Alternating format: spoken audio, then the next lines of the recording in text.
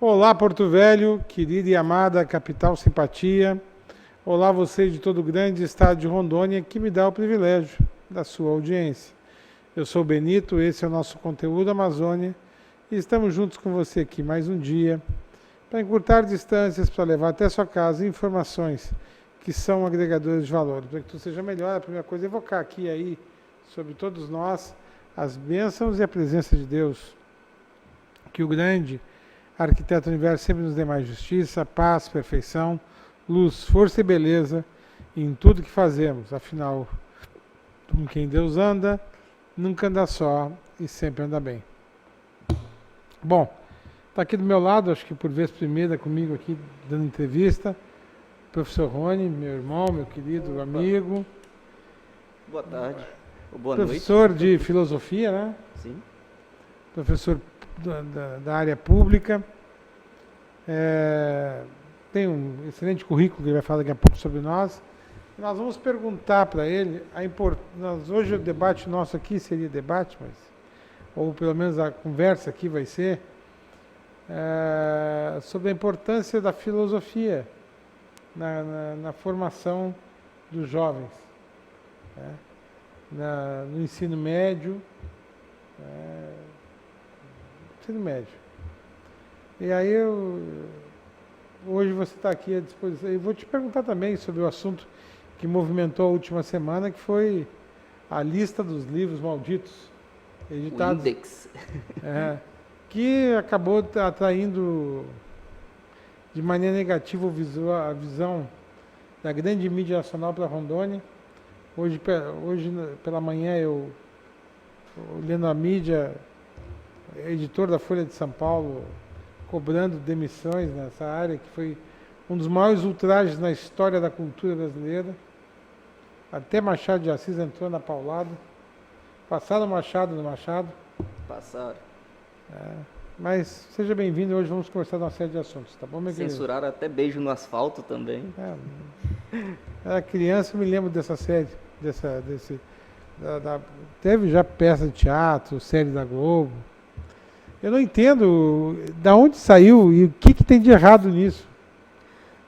Bom, primeiramente, saudações a todos. É uma grata satisfação estar no programa. E imagino que seja a falta de orientação e justamente, eu diria até má orientação da sociedade.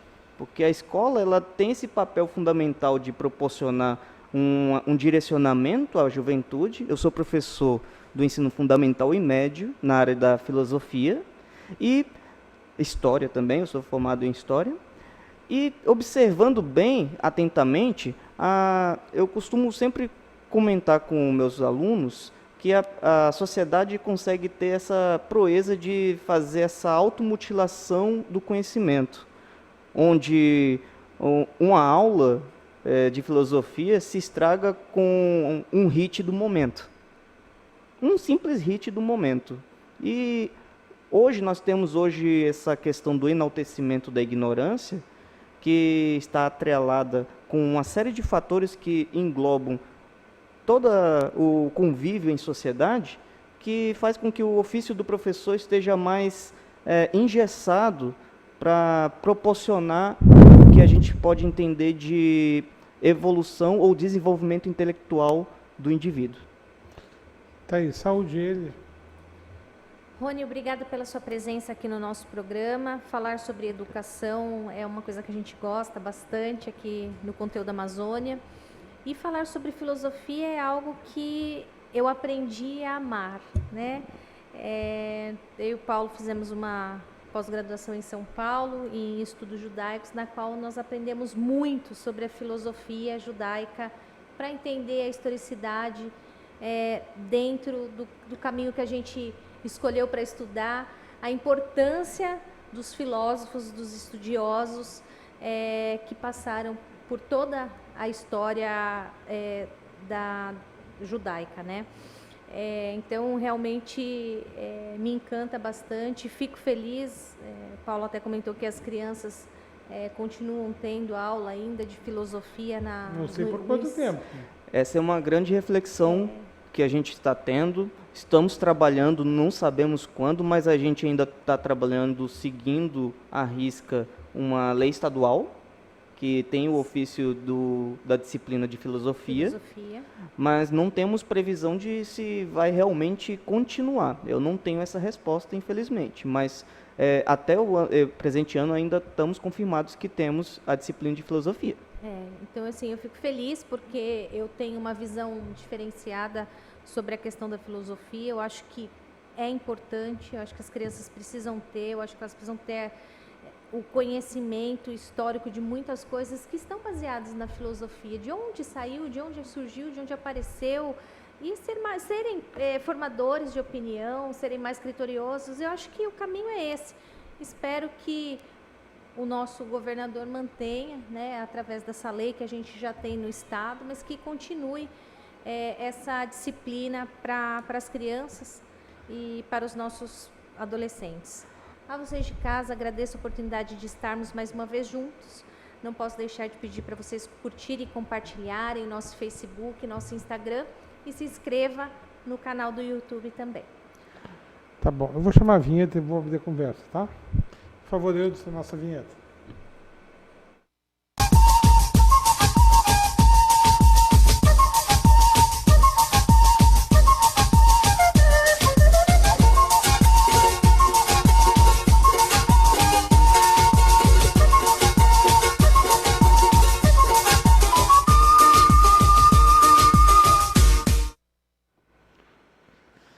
Assim, vamos começar com o assunto do momento e a gente vai diversificando.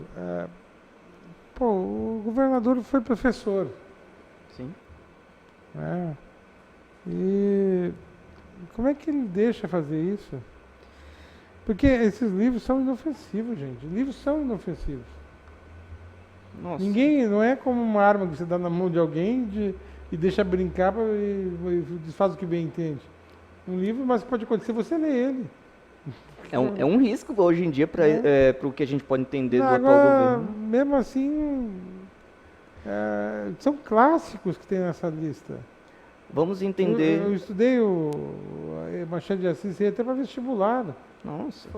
Eram requisitos, né? Eu sou do tempo que no ensino fundamental a gente fazia debate sobre Dom Casmurro. Sim, era requisito da prova para entrar na para verificar. Eu sei que hoje é um entendimento que hoje, como professor e dentro do conhecimento filosófico, se tinha uma deturpação da imagem de Capitu. Mas ainda bem que, graças a muitas interpretações e desenvolvimento de pesquisas e debates mesmo, a gente pode observar e captar a essência da mensagem de Machado de Assis. Mas hoje a gente temos aqui, poxa, eu vi que nessa listagem desse índex da perseguição, o Rubens Fonseca é considerado como o pandemônio procurado número 1 para ele. Ele morreu foi em 2014, se eu não me engano. E tipo, a obra dele é baseada sobre a questão do contato social recente, coisas recentes. Sim, ele é um escritor mais novo também, né? Imagina. Mas assim, quando eu ouvi isso, eu não acreditei. Eu falei nisso em outra entrevista, eu mesmo achei que não é sério isso. Eu achei que era um fake news. Eu também, muitos amigos meus, não levei a sério, gabaritados, levaram em consideração de que isso fosse um fake news. Mas, diante dos contatos que eu tive, dentro dos grupos que eu participo, a veracidade e até os números, o código que ele é protocolado, quando eu colocava, dava a impressão que existia mesmo um arquivo. E aí essa situação é muito embaraçosa para o governo. O governo vai ter que se explicar o que aconteceu. Mas até agora nada, né? Porque tudo surgiu, me parece que a história surgiu porque fizeram uma denúncia, né? Não sei se por parte de pais ou de servidores mesmo do próprio Estado. A história começou uma lista a partir de uma denúncia. Ok. E se isso passa batido, meu amigo? Se passa batido, já era. Já estaria encalacrado. já estaria sido incinerado, já estaria acontecendo, não publicamente, eu imagino, ainda, mas já estaria sendo recolhido da maneira da calada da noite na surdina, mas a coisa foi tão às claras que foi inevitável. Sim, e em pouco tempo isso já tinha rolado, inclusive na mídia nacional. Tanto é que eu vi, e aí que eu me dei conta do tamanho que tinha sido, né, esse problema, porque um colega, um amigo me disse assim, ué, Thaís, o que está acontecendo em Rondônia? Né? Isso é verdade? E aí ele ainda coloca, falou assim, agora só falta vocês colocarem uma fogueira em praça pública. Aí eu falei, não, né, a gente não espera que isso aconteça, os fatos estão sendo apurados, até porque o sistema de informação do governo é uma coisa segura e é rastreável. Então, assim, não dá para dizer que não saiu de alguma máquina. Saiu de alguma máquina, né? Alguma coisa aconteceu e agora cabe a segurança da CMTI, da TI de lá, responder o que aconteceu. Né? Porque o documento está assinado. Se foi feito pelo secretário ou não, é preocupante, porque alguém está usando também indevidamente a assinatura eletrônica dele. Nós temos uma série de arbitrariedades, até a possibilidade de prevaricação. Sim. E prevaricação dentro da instituição pública é um crime. É um crime, é grave. Então, a gente tem que ter muito cuidado diante dessas circunstâncias. A denúncia é gravíssima, tomou proporções até internacionais. Pois é. Gente dos Estados Unidos, sabendo dessa notícia, estarrecido com essa situação e que proporciona esse conflito. Censurar, em pleno século XXI, obras literárias clássicas, as quais elas representam principalmente o cenário que até muitos brasileiros se reconhecem como tal, às vezes nem como bom, nem como ruim, mas se reconhece. São características típicas do que a gente entende do comportamento da nossa população. E aí a gente entra nessa situação de retirar esses conteúdos. Ora, nós estamos numa situação de que não existe nada mais democrático do que a rede da internet. Sim. Se censura esses tipos de livros por dizer que é conteúdo inapropriado, o jovem vai procurar outra coisa que é até mais estarrecedor, vamos dizer assim, se for para questão de obscenidade, me perdoe a expressão, mas é a realidade. O jovem, ele até busca até a questão de que se é proibido, vai dar até uma conotação de buscar até por que foi proibido. E muitos jovens, muitos dos meus alunos, já no ensino fundamental, trazem essa questão, por que isso é proibido? Sim, o fruto proibido acaba encantando o indivíduo. Então, atrai mais e acaba que é um tiro pela culatra do conservadorismo.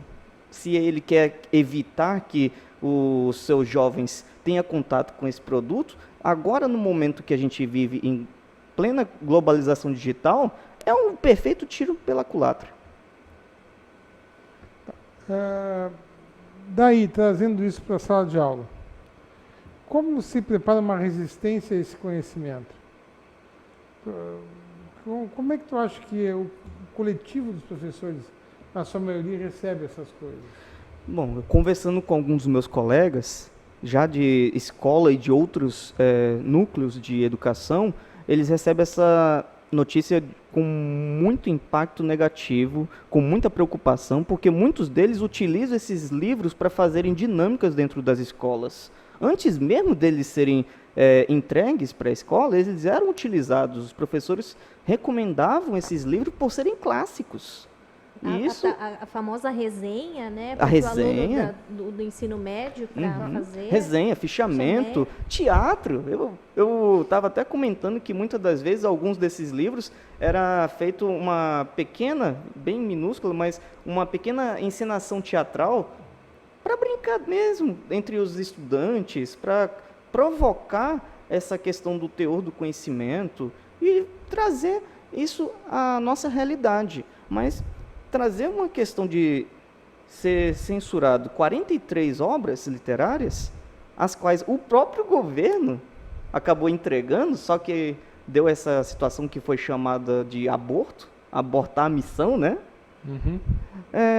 É muito preocupante. Eu conversando com uma professora de português antes de vir aqui para o programa, ela deixou categórica. Vamos discutir agora mais do que nunca esses livros, junto com os alunos, principalmente porque eles incomodaram tanto a situação. E da onde partiu essa ideia? Qual era a ideia de podar esses livros? Por que dessa ideia? Assim, o que se quer alcançar com ela? Então, na minha opinião, não tem um livro ofensivo aí. Na minha também não. Se tivesse o Capital do Karl Marx, que está errado, aliás, que não tem nada de errado. Não está aqui. Não, se tivesse o Capital do Karl Marx aí, que não está errado, e o governo achar que é mídia de esquerda, que é, sei lá, tá, até é questionável, mas assim... Mas passaria. Tipo assim, a pessoa até consegue entender da lógica da coisa, mas isso aí não tem lógica. Nenhuma. Os escritores aí nem são comunistas, a maioria deles. Não. Tá, não são nem vinculados a partido, a história política. Pô, Machado de Assis é o primeiro grande escritor negro da história do Brasil. Justamente. Perfeitamente. Da onde saiu o porquê esses livros? Isso que eu queria entender. Será que teve uma correlação Edgar com a Allan Poe, minoria? Porque Rapaz, ele era negro? clássico internacional. Não, é um cara que escreve sobre suspense. Uhum. Muito bom, diga-se de passagem. Nossa. A obra dele, O Corvo e outros tantos. Adoro o Corvo. Pô, tem Franz Kafka aí, cara. Kafta agora, né? Já que a gente pode representar, né? O ministro chama de Kafta, né? Franz Kafka. Agora, né, que horror. Agora... Mas essa é a realidade do que a gente se encontra dentro do poder público. Não, e por que em Rondônia, meu Deus, com tanto lugar para começar a fazer porcaria, vou começar por aqui? Não acredito que isso seja por um acaso. Agora, falando particularmente, isso não foi por um acaso. Mas isso foi montado e muito bem articulado. Só que o tiro pela culatra se deu porque ficou tão explícito essa circunstância que a gente tem que contar com a falta de destreza desse grupo. A Folha de São Paulo e a Band Nacional deram uma porrada tão bem dada aqui no governo, cara. Né? Eles quase não acreditaram, assim, que falaram, aliado de primeira hora do governo nacional do Bolsonaro, que vai engrossar as hostes do novo partido, etc. E tal. Agora, o pessoal quer entender a lógica, eles não conseguem, eles acham, inclusive, uma coisa que causa estranhas na grande mídia nacional, é que ninguém foi demitido. Não, até o presente momento não. E outra coisa importante, que eu sou acadêmico do curso de Ciências da Informação também. E numa das disciplinas que eu participei, falou justamente essa questão de censuras de livros, as quais, dentro da biblioteca, essa é um assunto que inexiste. Nenhum livro deve ser censurado, em absoluta hipótese. A questão é ele estar exposto para a população, para o usuário, independente da idade, porque a questão de que tem livros aqui que, dependendo da idade, o jovem não vai compreender. Por exemplo, um livro aqui que, dependendo da situação, vai causar até cansaço para uma criança estar olhando. Tá incompreensível, mas no decorrer do processo de ensino e aprendizagem, em que ele consegue absorver, entender o que eu estava conversando, que muita gente não está compreendendo, entender o abstrato. Muita gente não consegue compreender o abstrato. E aí, esses livros complementam o processo de desenvolvimento desse jovem. Mas aí, proporcionar essa questão de que ele é inadequado por questão de idade, então vamos trazer uma discussão isso junto com a cátedra, vamos discutir isso junto com os estudantes, vamos discutir isso junto com os professores, e não simplesmente vir de uma ordem autocrática, de cima para baixo, e dizer, não, esses não entram dentro das bibliotecas do Estado. Realmente é preocupante, né, essa decisão. Eu acho que nós já tivemos muitas perdas, né, ao longo aí, acho que a gente já discutiu bastante aqui em vários setores, em várias áreas da educação. Acho que a gente teve uma perda grande. Uma das discussões que já também falamos aqui sobre a PEC 95, que atinge toda, não só a saúde, mas a educação, enfim. assistência social, e assim, pouco tem sido discutido, pouco tem se falado, e a coisa vai caminhando, né? E aí vem mais essa questão que nos fragiliza, que nos deixa vulneráveis, expostos, e é uma coisa que não tem cabimento, né? Eu acho que enquanto eu cheguei a ler uma nota que me disseram que era oficial do próprio SECOM, do governo do estado, a nota fraca, uma nota fraca, cheia de pontas, sem fechamento, ou seja, eles nem conseguiram, para mandar isso para uma mídia, nem para rebater que, olha, não, é mentira, baseado nisso e naquilo, ou houve uma fraude, né, ou sei lá, qualquer coisa que fosse poupável. Não, a nota também sai errada e a gente não consegue ter uma resposta do próprio governo. O que me preocupa muito é que, dentro do que já observei e que foi noticiado, é que o governo está observando e está mais preocupado em saber quem vazou esta informação do que propriamente se corrigir e reconhecer que cometeu uma grande besteira, para não dizer outra palavra. Que simplesmente eles estão nessa situação de caçar o Edward Snowden nosso daqui de Rondônia para saber quem foi que vazou essa informação, ao invés de sabermos e reconhecermos que o que aconteceu aqui é gravíssimo. Pois é. Eu estou aqui até com o memorando circular, né, solicitando que verifique nos kits dos livros paradidáticos encaminhados às escolas, ou seja, foi mandado há pouco, né? Aí eles mandam, né? Na oportunidade ressaltamos a importância de estarem atentos aos demais literaturas já existentes ou que cheguem nas escolas para uso nas atividades escolares, a fim de que sejam analisados e assegurados os direitos do estudante de usufruir do mesmo com a intervenção do professor ou sozinho, sem constrangimentos e desconfortos. Eu não consigo entender. O livro está ali, o livro ele não tem boca, gente. Não tem. Ele só não sai da prateleira sozinho, ele não tem perna. Uhum. Né? E aí estava aqui, ó, solicitamos o recolhimento dos livros e os meios sendo entregues no núcleo didático. Isso aqui tem foi a circular número 4 do estado de Rondônia.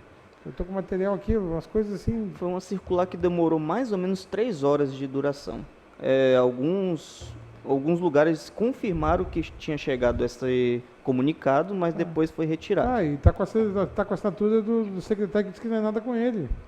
Pois é, temos uma série de situações complicadas. Parece que a situação... Olha só, eles estavam em Ji-Paraná, se não me engano, a comitiva do governo, porque iria começar o ano letivo. Até tem algumas gravações deles entregando o pacote de livros que estavam entregando para as escolas, simbolicamente fizeram essa entrega, foi filmado, e logo em seguida veio essa situação desse memorando circular, onde é aproveitado e colocado esse índice de caça às bruxas, vamos dizer assim, que retrata justamente o medo estarrecedor que esses indivíduos têm de que os nossos estudantes tenham conhecimento de casos as quais são as obras literárias mais clássicas. Que tipo de planos são esses? O livro que foi escrito há 100 anos atrás, cara, ou mais. E, diga-se de passagem, alguns parecem tão atuais. Então,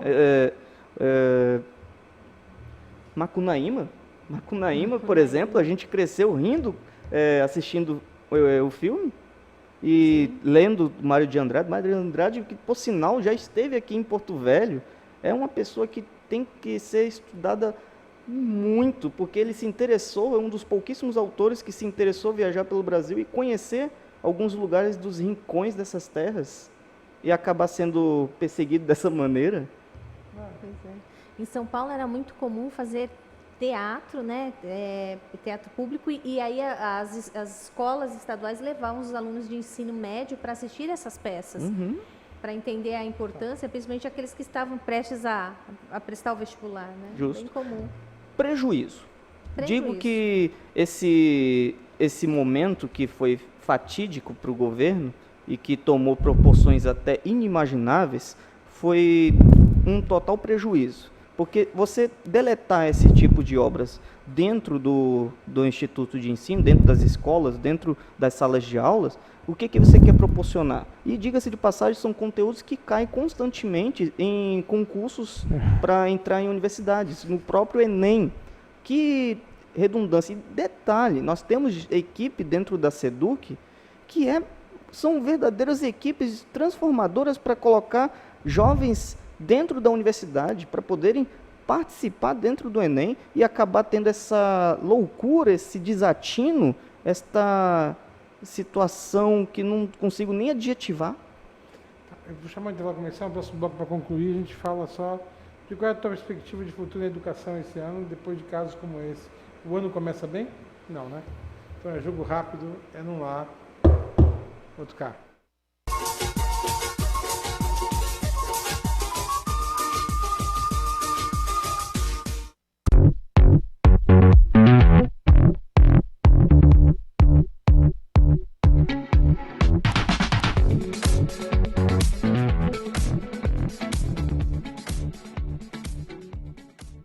Você precisa cuidar da sua saúde. Está sem plano e cansado de ter que esperar? Venha para a Sol Saúde, próximo à Praça da Pirâmide, com as principais especialidades médicas, exames laboratoriais, com toda a atenção e agilidade que você precisa. Afinal, saúde é coisa séria, não é mesmo? Sol Saúde, atendimento popular para toda a família. 3213-0163.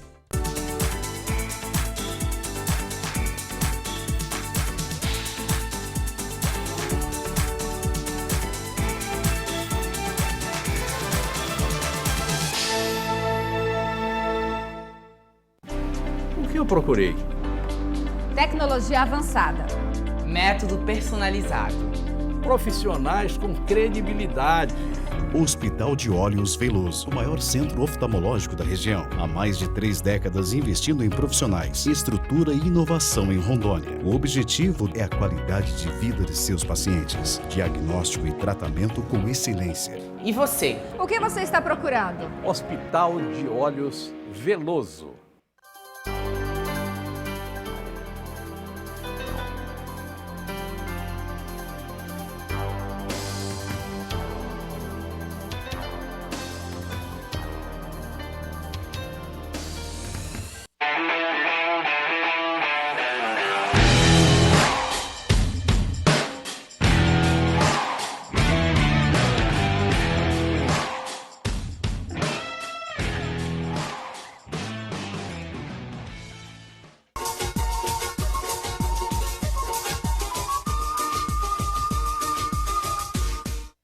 Vamos lá, professor, concluindo então, qual é a perspectiva do professor de filosofia e da filosofia esse ano no ensino médio, depois disso?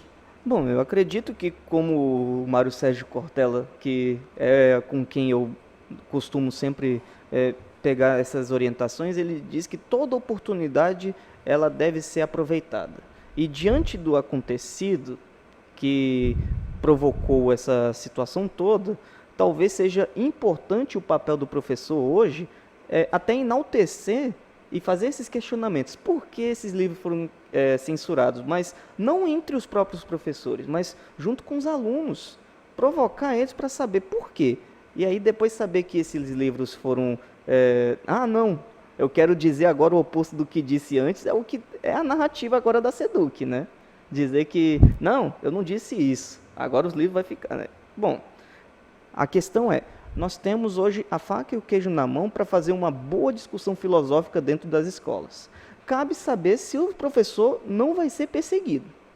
Porque hoje a gente tem essa questão de que professores estão sendo perseguidos por trazer reflexões filosóficas e serem taxados e sabatinados por acharem que eles estão com orientação ideológica partidária. E aí traz essa situação de escola sem partido, que o pessoal quer taxar e que, na verdade, os posicionamentos partidários a gente está encontrando justamente em locais onde não deveria ter, que é igrejas. Não, querido, muito obrigado pela tua presença aqui no programa. Tá? Obrigado por emprestar teu conhecimento aí, esse breve A breve satisfação, contato. a graça e a plena situação de ter sido convidado é totalmente minha. Eu agradeço, Paulo, meu querido irmão. Agradeço também, querida, uma satisfação. Agradeço ao público pela possibilidade de eu proporcionar, com minha contribuição, uma orientação, mesmo que simples, mas importante para o nosso Estado. Perfeito. Com certeza. Rony, obrigada pela sua presença aqui no nosso programa e a vocês de casa, até o próximo programa. Por hoje é só, pessoal. Que o grande arquiteto universo continue descobrindo a todos com sua luz, sua vida, seu amor. E eu te encontro aqui com certeza no próximo programa. Foi um privilégio ter estado com vocês. Até lá.